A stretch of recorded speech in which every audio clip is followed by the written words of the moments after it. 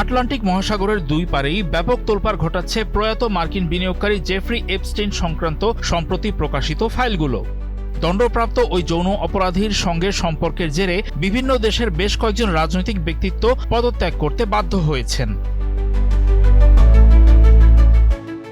British প্রধানমন্ত্রী কিয়ার স্টারমারের communications director team Alan গত 9 ফেব্রুয়ারি এক সংক্ষিপ্ত বিবৃতিতে পদত্যাগের ঘোষণা দিয়েছেন, কিন্তু তিনি মুখে বলছেন ডাউনিং স্ট্রিটে নতুন একটি টিম গঠনের সুযোগ করে দিতেই তিনি এই সিদ্ধান্ত নিয়েছেন।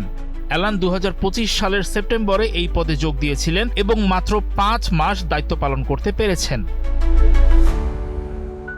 এর আগে গত 8 ফেব্রুয়ারি স্টারমারের চিফ অব স্টাফ মর্গান ম্যাকসুইনি পদত্যাগ করেন।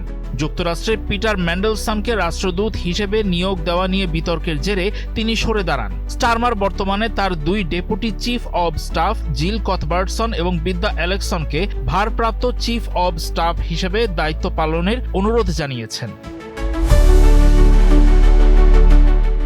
72 বছর বয়সী পিটার ম্যান্ডেলসনকে 2025 সালের শুরুতে ওয়াশিংটনের রাষ্ট্রদূত নিযুক্ত করা হয়েছিল। তবে এপস্টেইন সংক্রান্ত নথির প্রাথমিক প্রকাশের পর বিতর্কের মুখে মাত্র 7 মাস পরেই স্টারমার তাকে বরখাস্ত করেন। জর্ডানে নিযুক্ত নরওয়ের রাষ্ট্রদূত মোনা জুল পদত্যাগ করেছেন। নরওয়ের পররাষ্ট্র মন্ত্রণালয় 8 ফেব্রুয়ারি খবরটি জানিয়েছে। এপস্টেইনের সঙ্গে তার যোগাযোগের বিষয়টি ফাঁস হওয়ার পর তিনি এই সিদ্ধান্ত নেন। এর আগে মন্ত্রণালয় তাকে দায়িত্ব থেকে অব্যাহতি দিয়ে একটি অভ্যন্তরীণ তদন্ত শুরু করেছিল। তার পদত্যাগের পরও তা চলবে।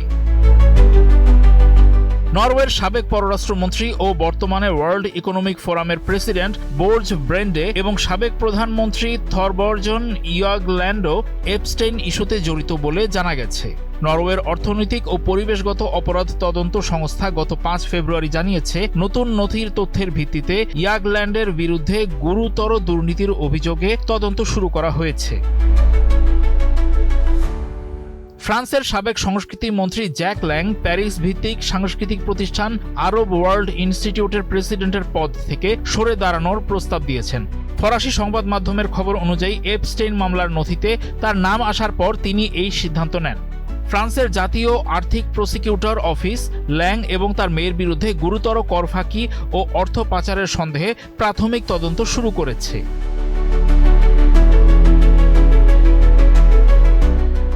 গত 30 জানুয়ারি মার্কিন বিচার বিভাগ এপস্টেইন ফাইলস ট্রান্সপারেন্সি অ্যাক্টের অধীনে কয়েক মিলিয়ন পৃষ্ঠার নতুন তথ্য প্রকাশ করেছে। এর ফলে মোট নথির সংখ্যা দাঁড়িয়েছে প্রায় 35 লাখে। সঙ্গে রয়েছে হাজার হাজার ভিডিও এবং ছবি। এই ব্যাপক তথ্য প্রকাশের ফলে এপস্টেইনের প্রভাবশালী যোগাযোগগুলো নতুন করে জনসমক্ষে এসেছে এবং বিভিন্ন দেশের রাজনীতিকদের ওপর চাপ তীব্র হয়েছে। রাশিয়ার পররাষ্ট্রমন্ত্রী সের্গেই ল্যাভরভ গত 8 ফেব্রুয়ারি এক মন্তব্যে বলেন, ফাইলগুলো পশ্চিমা অভিজাত শ্রেণীর বিশুদ্ধ শয়তানি ফাঁস করে দিয়েছে এবং পাশ্চাত্যের আসল চেহারা প্রকাশ করেছে।